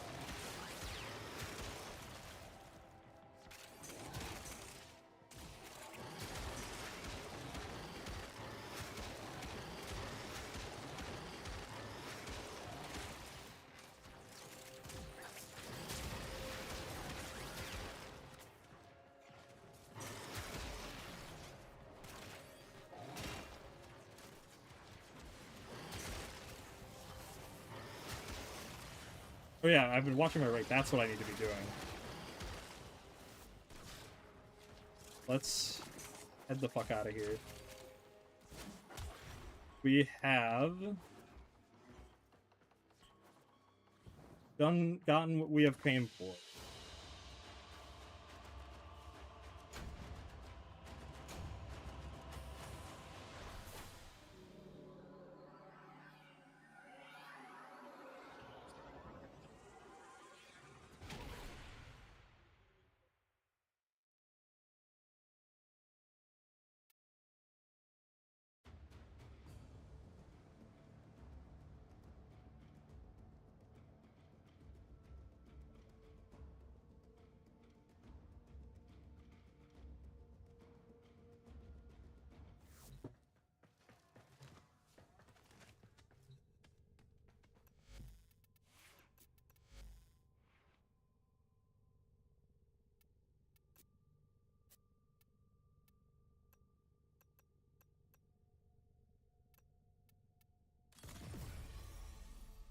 That's not what I asked for.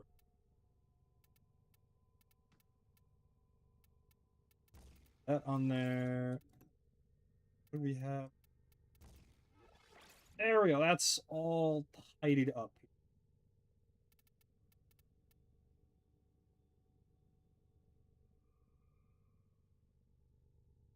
Like I said, if this becomes too much for whatever reason, I will reel it back in.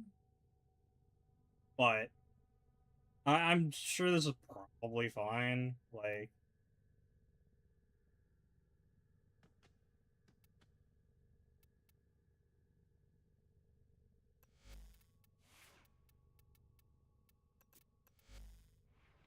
the landslide fists look pretty good. I want to hang on. I want to check. I like do that, and then I. Okay, so that is like a significant change. That is a very significant change. Yeah, I suppose we will end it here since I've gotten everything done that I've wanted to. So I will wish you all a farewell, and I will see you all after Tennocon, I think.